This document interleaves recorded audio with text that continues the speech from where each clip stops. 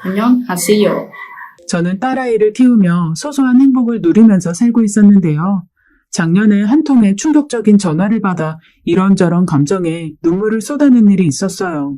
기구한 제 이야기를 이곳에 풀고 모든 감정 털어버리고 싶어 이렇게 사연을 보내게 되었습니다. 20대 꽃다운 나이에 제가 만난 남편은 정말 착하고 좋은 사람이었어요. 자상하고 마음이 따뜻한 사람이었죠. 벌레 한 마리의 생명조차 귀하게 여기는 착한 사람이었습니다. 남편과는 1년간의 연애 끝에 결혼을 결심하게 되었어요. 이 사람이 내 인생의 동반자라는 확신이 들었고 결혼 진행도 물 흐르듯 진행되었어요. 남자친구의 선한 인상 그대로 부모님 얼굴도 선한 모습이었어요. 이마에 인상 쓰면 나오는 미간 주름 한 점 없는 분들이셨고 언제나 미소가 얼굴에 머무는 분들이셨습니다.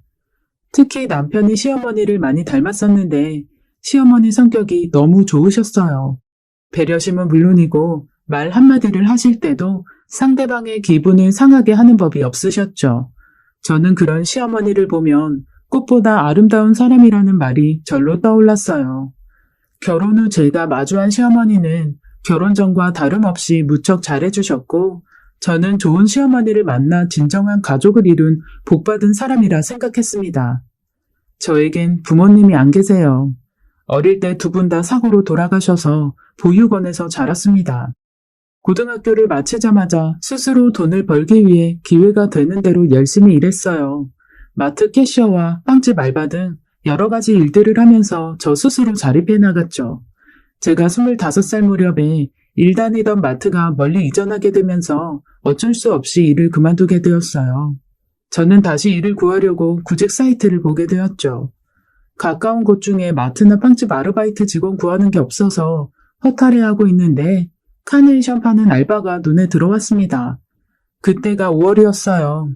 어버이날과 스승의 날을 앞두고 단기 아르바이트를 구하고 있는 거였죠. 저는 일단 이거라도 하면서 일이 구해질 때까지 기다려야겠다 생각하고 그곳에 적힌 전화번호로 연락을 하게 되었습니다. 전화기 너머로 꽃집 사장님의 상냥한 목소리가 들려왔어요. 사장님은 여자분이셨는데 제 나이와 판매 경험 등 몇 가지를 물으시고는 시간과 장소를 알려주시며 꽃가게로 오라고 했습니다. 제가 찾아간 그곳은 꽃향기로 가득한 아주 예쁘고 작은 아담한 꽃가게였어요. 사장님과 가게 한켠에 앉아 카네이션 꽃꽂이를 하는데 사장님과 이런저런 대화를 하게 되었어요.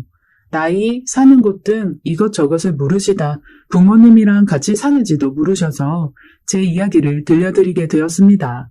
사장님은 제게 혼자서 이렇게 열심히 살고 있으니 하늘에 계신 부모님도 분명 기특해 하실 거라고 좋은 말만 해주셨죠. 사장님과 이런저런 대화를 나누다 보니 한 남자가 꽃가게로 들어왔어요. 꽃가게에 들어오자마자 사장님을 안아주며 인사하는 그 사람은 바로 사장님의 아들이었습니다. 얼굴에 구김살 하나 없이 밝은 미소를 가진 남자였는데 이 사람이 바로 제 남편이에요. 앞으로 제가 사랑하게 될 남자였죠. 저는 사장님과 함께 만든 카네이션들을 그 사람 차에 싣고 초등학교 앞에 가서 카네이션을 팔게 되었어요. 사장님처럼 성격이 참 밝고 심성이 착해 보이는 사람이었습니다. 저보다 3살 많은 사람이었는데 자기를 편하게 오빠라고 부르라면서 저에게는 존댓말을 쓰는 예의 바른 사람이었어요. 꽃을 파는데도 얼마나 싹싹하게 잘 파는지 참 성실하게 일한다라는 생각이 들었어요. 조금 추웠던 봄 날씨에 떨고 있던 제게 가디건을 벗어주며 입고 일하라던 그 사람에게 자꾸만 눈길이 갔습니다. 처음 만난 사람이었는데 이렇게 쉽게 친해진 사람은 처음이었어요. 사람을 평소 경계하던 제 성격이 무색할 정도로 그 사람 앞에서는 경계심은 잊은 지 오래였죠. 지금도 생각해보면 사람 사이의 인연이라는 게 정말 있나 보다 하는 생각이 들어요. 아무튼 그날 팔던 꽃바구니가 2개 남았었는데 어린 학생이 와서는 꽃바구니를 하나 사가지고 갔습니다. 이제 하나만 더 팔면 퇴근할 수 있었어요. 그런데 그때 사장님 아들이 말했습니다. 드디어 다 팔렸네요. 네? 아직 하나 더 남았는데요? 이건 제가 아까 미리 찜해둔 거예요. 이미 꽃값도 다 지불했어요. 아, 그러셨구나. 부모님 거 챙기시나 봐요. 그런 건 아니고 이거 받으세요. 지연 씨 부모님 갖다 드리세요. 제가 말씀드렸다시피 제 부모님은 이미 오래전에 돌아가셨다는 말을 하려고 할 때 그 사람은 제 말이 끝나기도 전에 제게 말했습니다. 지연 씨 부모님 돌아가신 건 저도 알아요. 그래도 지연 씨 낳아주신 분들이니까 지연 씨가 집에 가져가서 마음으로 부모님께 드리면 어떨까 싶어서요. 제가 감히 어버이날 지연 씨 마음을 가늠하진 못하겠지만 만약 저라면 조금 속상한 마음이 들 것 같아서요.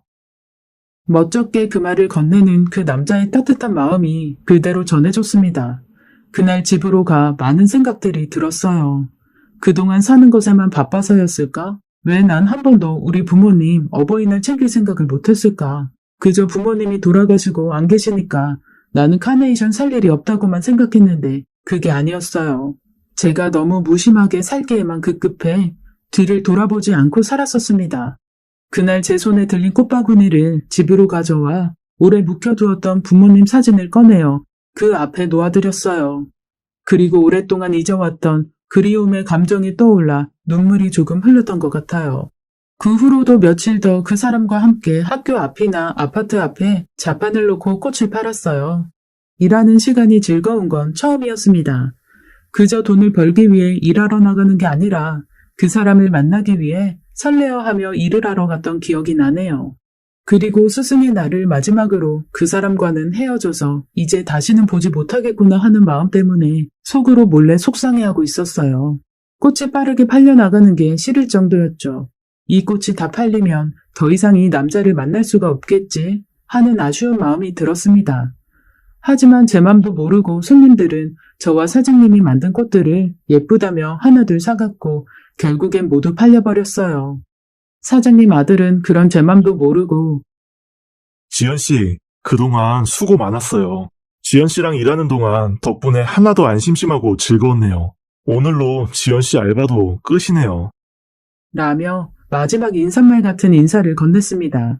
저는 억지로 웃어 보이며 저도 그동안 감사했어요. 라고 했죠. 잠깐의 어색한 정적이 흐르고 사장님 아들이 제게 말했어요. 지연 씨, 꽃 좋아해요? 그럼요. 꽃 안 좋아하는 여자도 있나요? 그럼 저희 가게에서 일해보는 거 어떠세요? 알바가 아니라 직원으로요.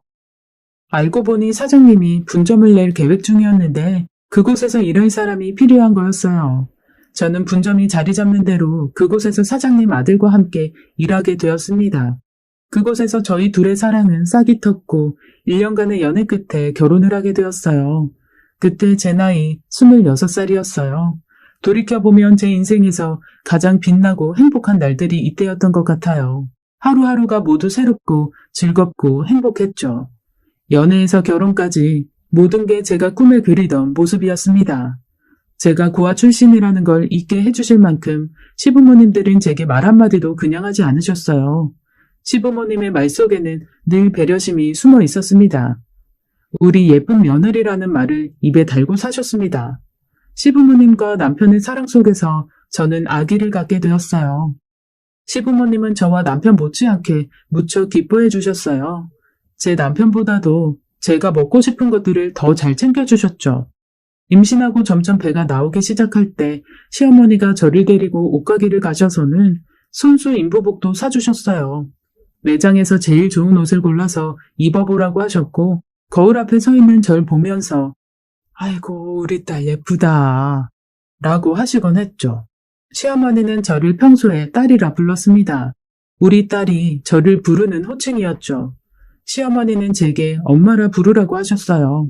그렇게 지내다 보니 저는 시어머니와 정말 엄마와 딸 관계라는 착각이 들 정도로 사이좋게 지냈습니다. 저는 부모님이 안 계셔서 그런지 그 호칭이 좋았어요. 그래서 그런지 가게 점원들은 저희 고부 사이가 너무 다정해서 엄마와 딸인 줄 알았죠. 그럼 저희 시어머니는 우리 딸 너무 예쁘지 않아요? 라고 하시곤 했어요. 만삭에 가까워진 불룩한 배를 안고 시어머니와 함께 아기 용품들을 사러 다닐 때도 시어머니는 제가 넘어지진 않을까 노심초사하며 제 팔을 항상 꼭 붙잡고 다니시곤 했어요. 그렇게 항상 저를 아껴주셨습니다. 제가 아기를 낳던 날 시어머니는 엄마라는 빈자리가 느껴지지 않을 만큼 제 옆에서 저를 지켜주셨어요. 진통이 오기 시작할 때부터 옆에서 머리를 쓰다듬어 주시고 잘하고 있다며 힘내라고 응원도 해주셨어요. 옆에서 계속 우리 딸 할 수 있다, 할 수 있다 하고 말씀해 주시는데 어느덧 제가 아기를 낳았더라고요. 아기를 안고 있는 제 머리를 쓰다듬으며 우리 딸 많이 아팠지? 고생 많았다. 네가 고생한 덕분에 이렇게 예쁜 딸을 낳았네. 예쁜 손녀딸 낳아줘서 고맙다. 라고 하셨어요. 산후조리원에 들어갔다 나온 후에는 시어머니가 계속 아기를 돌봐주셨어요. 산모가 밥을 잘 먹어야 빨리 회복된다며 매일 미역국에 고기 반찬을 올려주셨죠. 제가 쉴 수 있게 아기도 돌봐주셨고요. 한동안 시어머니가 꽃가게를 비우느라 남편과 시아버지께서 더 바쁘게 일하셨어요. 그렇게 가족들의 희생으로 저와 아기는 건강하게 지낼 수 있었습니다. 아기를 낳아 기르는 기쁨 또한 제 인생에서 가장 행복한 날들이었어요. 사람이 이렇게 행복하게 살 수도 있는 거구나 하는 나날들이었죠. 한 달간 시어머니의 산후조리를 받고 저는 몸을 잘 회복할 수 있었고 시어머니는 한 달 만에 다시 출근을 하셨어요. 저는 아기를 돌보느라 더 이상 꽃가게에 나가지 못했어요. 꽃가게 일은 남편이 혼자서 도맡아서 하느라 일이 무척 바빴습니다. 두 사람이 해야 할 몫을 남편이 혼자 하고 있었지만 힘든 내색 없이 우리 가족의 미래를 위해 열심히 일해주었죠. 참 성실하고 듬직한 남편이었어요. 시어머니는 꽃가게 일을 하시다가도 바쁜 시간을 쪼개어 아이를 봐주러 오셨고 시아버지는 늘 뒤에서 많은 도움을 주시고 계셨어요. 제가 말하지 않아도 제게 필요해 보이는 물건들이 있으면 기억해 두었다가 사다 주시곤 했죠. 아기에게 치발기가 필요하겠구나 싶은 날이면 시부모님들이 방문하시면서 사오곤 하셨어요. 제가 필요한 것들은 대부분 시부모님들이 미리미리 챙겨주셨죠. 늘 감사한 마음으로 저도 시부모님께 잘해드렸어요. 생신 때 상 차리는 건 물론이고 용돈도 넉넉히 넣어서 드렸습니다. 워낙 저에게 잘해주셨던 분들이기에 하나도 아깝단 생각이 든 적이 없었어요. 시부모님 앞에서 감사합니다, 고맙습니다, 사랑합니다라는 말이 늘 절로 나왔어요. 제 주변에 몇 없는 친구들은 제게 시집 참 잘 갔다며 그동안 부모님 안 계셔서 많이 외로웠을 텐데 부모님들보다 더 잘해주는 시부모님 만났다며 참 잘 됐다고 말하곤 했죠. 그렇게 시간이 흘러 어느덧 아이는 돌잔치를 할 만큼 컸어요. 돌잔치를 위해 뷔페를 예약하고 남편과 행사를 준비하며 즐거운 날들을 보냈습니다. 우리 예쁜 딸을 위한 오색 색동 한복을 입히고 저희 부부도 한복으로 된 멋진 돌잔치 의상을 빌려 입고 친인척들의 축하를 받으며 돌잔치를 치렀습니다. 이날 제 딸은 실을 잡았고 가족들은 모두 건강하게 오래 사는 것보다 좋은 건 없다며 잘했다고 딸아이를 칭찬해 주었어요. 안녕하세요. 돌잔치를 마무리하고 집으로 돌아가던 날 저는 시부모님의 차를 타고 집으로 가기로 했고 남편은 꽃가게에 필요한 물건을 주문해 놓은 게 오늘 배달 오기로 했다며 꽃가게로 향했습니다. 그때까지만 해도 저희 가족에게 어떤 일이 벌어질지 정말 아무도 예상 못했어요. 시작이 있으면 끝이 있듯이 행복이 있으면 불행도 있는 걸까요? 시부모님과 집에 가서 쉬고 있던 그 시간, 돌아와야 할 남편의 귀가 시간이 점점 늦어지고 있었고 웬일인지 남편과 연락이 닿지 않아서 조금씩 걱정이 되어갈 즈음 청천벽력 같은 한 통의 전화를 받게 되었어요. 땡땡병원이라는 말과 함께 사고, 김정수, 사망이라는 단어밖에는 들리지 않았습니다. 시부모님과 함께 달려간 그곳엔 이미 싸늘하게 식어버린 제 남편이 누워 있었어요. 중앙로를 침범한 차량이 돌진해 남편의 차를 들이받았고 그 사고로 인해 머리에 큰 충격이 가해져 사망에 이르렀다는 이야기를 전해 들었습니다. 시부모님도 저도 정신을 차릴 수가 없었어요. 다시 살려낼 수만 있다면 내 팔다리라도 내어주고 싶었습니다. 그렇게 남편을 허무하게 떠나보냈습니다. 영안실에 누워있던 모습, 장례식장에서 그를 보내주기 전 모습, 화장터에 들어가는 모습, 너무도 많은 눈물을 흘려야 했던 시간들. 그날 이후 저희 가족들은 남편의 죽음으로 인해 슬픔과 고통 속에서 살게 되었어요. 그 시간들을 보내면서 시어머니는 너무 큰 충격에 병이 들고 말았습니다. 유방암 진단을 받으신 시어머니는 가슴을 절제하는 큰 수술을 받으셔야 했고 암투병 기간 동안 제가 시어머니의 병수발을 들어야 했어요. 독한 항암제를 드셔서 늘 메스꺼운 증상에 구토하기 일쑤였고 머리도 다 빠져서 대머리가 되어버리셨어요. 미간에 주름 한 점 없던 시어머니 얼굴에는 점점 주름이 늘어갔습니다. 병마와 싸우는 동안 시어머니는 급속도로 늙어버리셨고 늘 미소 가득하던 모습은 온데간데 없었어요.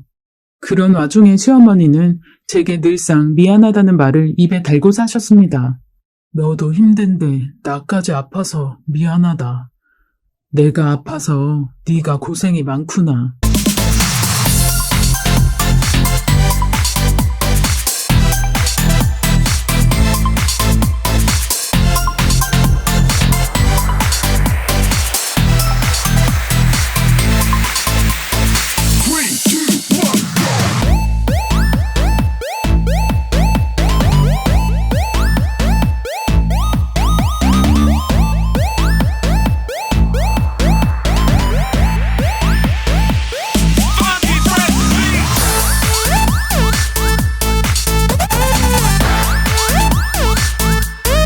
저는 시어머니를 보면서 시어머니마저 잘못되면 어쩌나 걱정되는 마음뿐이었습니다.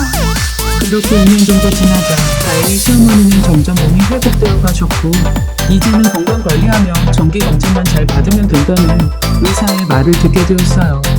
의사의 희망적인 말은 이제 시어머니 건강만 잘 챙겨드리면서 살면 되겠구나 생각했습니다. 그런데 어쩐 일인지 병원에 다녀온 이후로 시어머니의 태도가 점점 달라지셨어요. 그날도 평소와 다름없이 시어머니를 위해 밥상을 차렸습니다. 시어머니에게 가장 중요한 게 식탐이라 생각했던 저는 암 환자들을 위한 레시피가 나온 요리책을 보며 반찬들을 준비했어요. 그런데 시어머니는 한참을 밥상을 바라보시더니 너는 이걸 지금 나보고 먹으라고 차린 거냐? 넌 아직도 날 암 환자 취급하는구나. 사람이 먹고 싶은 걸 먹으면서 살아야지. 일단 풀떼기만 잔뜩 차려놓고 넌 내가 맛없는 것만 먹고 살다가 죽었으면 좋겠니? 라고 하셨어요. 갑작스러운 시어머니의 호통에 저도 놀란 마음으로 시어머니를 진정시키려고 말했어요. 엄마, 갑자기 웬 반찬 타령이에요? 우리 엄마 원래 그런 분 아닌데 왜 그러시지? 오늘 컨디션 안 좋으세요? 네가 반찬을 이따위로 차려놓으니까 내가 컨디션이 좋을 리가 있겠니? 나는 이딴 거 이제 더 이상 못 먹겠으니까 너나 먹어라. 하고는 집을 나가버리셨어요. 저는 밥상 앞에 앉아 시어머니의 갑작스런 호통에 속상해서 눈물만 흘렸습니다. 그 후로도 시어머니는 사사건건 제게 트집을 잡으며 저를 욕하셨어요. 거친 욕 한 번 한 적 없으시던 시어머니 입에서 쌍시옷 발음들이 흘러나올 때면 저는 상처를 받고 시부모님과 지내는 시간이 점점 견디기 힘들어졌습니다. 그렇게 지내기를 1년, 암울한 시간들이 지나갔어요. 하루는 시어머니가 아기를 데리고 나가서 옷을 좀 사주겠다고 하셨습니다.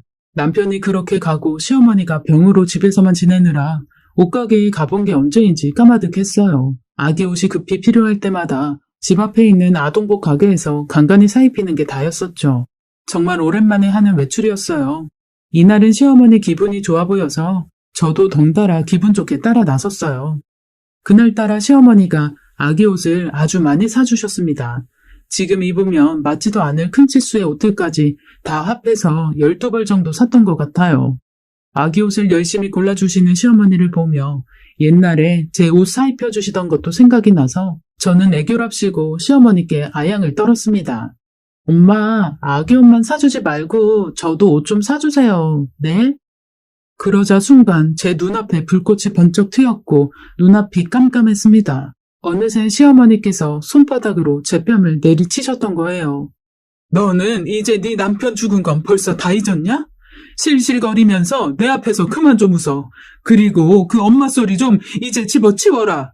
내가 왜 네 엄마야? 내 아들은 이미 죽고 없는데. 고아라고 불쌍해서 며느리로 받아줬더니 내 아들 잡아먹은 년. 양심이 있으면 네가 내 앞에서 그렇게 웃을 수가 있어? 시어머니는 씩씩거리며 저를 뒤로하고 그 자리를 떠나셨고 저는 매장 직원들의 눈살을 한눈에 받으며 그 자리에 우두커니 서 있었어요. 어느새 차오른 눈물이 발 앞으로 툭툭 떨어져 내렸습니다. 시어머니가 그동안 왜 저에게 화를 내시나 했더니 이런 생각을 갖고 계신 줄은 꿈에도 몰랐었기에 저 또한 시어머니의 말에 엄청 충격을 받았어요. 화장실에서 한참을 아기를 안고 울다가 충혈된 눈을 한 채 버스를 타고 집으로 돌아왔어요. 시어머니는 어느새 집 현관 비밀번호도 바꿔놓으셨습니다.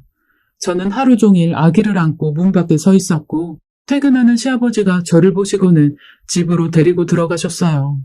시아버지와 시어머니는 안방에서 말다툼을 하시는지 고성이 오고 갔고 며칠 후 시아버지가 저에게 충격적인 말을 전하셨어요.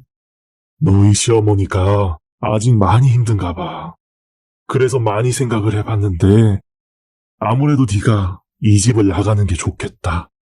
정수가 운영하던 꽃가게 정리하는 대로 돈 내어줄 테니까 그걸로 터잡고 살거라. 시아버지의 말에 저는 울고불고 매달렸지만 시어머니가 나와 제 머리채까지 잡는 바람에 결국 저는 그 집에서 나올 수밖에 없었어요. 부모에게 버려진 기분이 이와 같을까? 가슴 저리게 아픈 마음을 안고 다시 세상을 홀로 서야겠다고 마음먹었습니다. 시아버지가 쥐어준 돈으로 작은 집을 구했고 나머지는 전부 은행에 넣어두었어요. 그리고 저는 아이를 24시간 운영하는 어린이집에 맡기고 일을 다시 시작했습니다. 이제 세상에 내게 남겨진 가족은 내 딸뿐이라는 마음으로 몸이 부서져라 이랬어요. 내가 능력을 키우고 돈을 벌어야 우리 딸이 나처럼 외롭게 살지 않을 거라고 생각했습니다. 그렇게 한 해, 두 해 시간이 지나갔어요. 시부모님이 나를 쫓아내던 날의 원망은 어느새 가슴속에 묻어버렸고 저는 오직 딸아이만 바라본 채 하루하루를 살아냈습니다. 그렇게 지내면서도 시어머니, 시아버지 생신 때마다 찾아갔지만 언제나 문전박대를 당하고 돌아오곤 했어요. 그럼에도 자꾸 찾아오는 제게 시어머니는 소금을 한 바가지 뿌리시며 정말 징글징글하다. 한 번만 더 찾아오면 이사가 버릴 테니까 그런 줄 알아. 라고 하셔서 더는 대놓고 찾아갈 수도 없었습니다. 그래서 시부모님이 산책 나가시는 시간에 맞춰서 가끔씩 몰래 찾아가 먼 발치에서 시부모님의 얼굴만 확인하고 돌아오곤 했어요. 아무리 저를 내치셨어도 저한테는 부모님과 다름없는 분들이셨기에 늘 건강이 걱정되었으니까요. 그러던 어느 날 멀리서 지켜보던 제 모습을 들키고 말았습니다. 5살 딸아이의 손을 잡고 서 있던 저를 발견하신 시어머니가 역정을 내면서 제게 달려오셨어요. 저는 딸아이에게 할머니라고 인사하라고 시켰는데 시어머니는 제 딸아이는 본체만체 하시고는 역정 내시기에 바빴습니다. 내가 찾아오지 말랬는데 왜 자꾸 찾아와? 넌 어른들 말이 우습니? 이러니까 내가 너를 미워하는 거야. 한 번 말하면 말귀를 못 알아들으니까 내가 너 때문에 정말로 이사를 가버리던가 해야지. 정말 안 되겠네. 라고 하시곤 집으로 들어가셨어요. 한 번쯤 손녀딸 얼굴이 보고 싶을 만도 한데 저렇게 역정을 내시는 것보다 제 딸아이를 본 척도 안 하시던 모습에 서러워 그저 눈물만 흘러나왔습니다. 그 일이 있은 후부터는 시부모님의 모습을 어디에서도 볼 수 없었어요. 저 때문에 정말 이사를 가버리신 것 같았습니다. 그렇게 3년의 시간이 흘렀고 제 딸아이는 어느새 8살이 되었어요. 그런데 어느 날 충격적인 전화 한 통을 받게 되었습니다. 이지연 씨 되시죠? 여기 땡땡 공증사무소인데요. 최순영 씨 상속 문제로 전화드렸습니다. 최순영이라는 말에 저는 급한 마음으로 공증사무소로 찾아가게 되었어요. 그리고 그곳에서 저는 시아버지를 만날 수 있었습니다. 어느새 많이 늙어버리신 시아버지는 제게 미안하다는 말과 함께 시어머니가 돌아가셨다는 말을 전해주셨어요. 시아버지는 제게 너희 시어머니 너무 원망하지 말거라. 누구보다 널 아끼고 사랑하셨다. 너에게 거짓으로 모진 말을 할 때마다 눈물로 밤을 지새우고 너를 걱정했단다. 젊은 네가 우리만 모시고 살다가 새 인생 시작하지 못할까봐 일부러 더 못되게 굴었어. 그동안 마음에 상처받았다면 내가 대신 사과하마. 하지만 전부 진심이 아니었으니 마음에 담아두지 말거라. 그리고 너희 시어머니 유언대로 시어머니가 남긴 모든 유산은 손녀딸 앞으로 남기기로 했다. 라고 하셨습니다. 시아버지의 말을 듣는 저는 눈물 콧물이 범벅이 된 채 계속 울기만 했어요. 시아버지께 지금부터라도 아버님 모시면서 살고 싶다고 했지만 시아버지는 너희 엄마가 그렇게 마음 아파하면서 너를 떼어냈는데 어찌 내가 이제와 너랑 같이 살 수 있겠니? 그리고 이제 나는 혼자가 편하구나. 그러니 너도 과거는 훌훌 털어버리고 네 인생 살거라. 라고 하셨어요. 아버님은 그렇게 말씀하셨지만 그 후로 저는 시아버지 반찬을 이것저것 챙겨서 딸아이 손을 잡고 놀러 가곤 합니다. 시아버지도 몇 번 거절하시다가 이젠 포기했는지 그냥 받아주시네요. 딸아이도 할아버지가 생겨서 너무 좋다고 합니다. 저는 지금도 저희 시어머니가 너무 보고 싶습니다. 저에게 모질게 대했던 모습보다는 저한테 잘해주셨던 기억만 떠올라요. 엄마보다 더 엄마 같았던 우리 시어머니, 참 꽃같은 분이었는데 너무나 빨리 하늘로 가셨네요. 아마도 하늘에서 제 남편 챙겨주려 빨리 가셨나 보다 싶어요. 부디 그곳에선 두 분 모두 평안하시길 바라며 이 글을 마칩니다. 제 이야기를 읽어주시고 들어주신 여러분 감사합니다. 안녕하세요.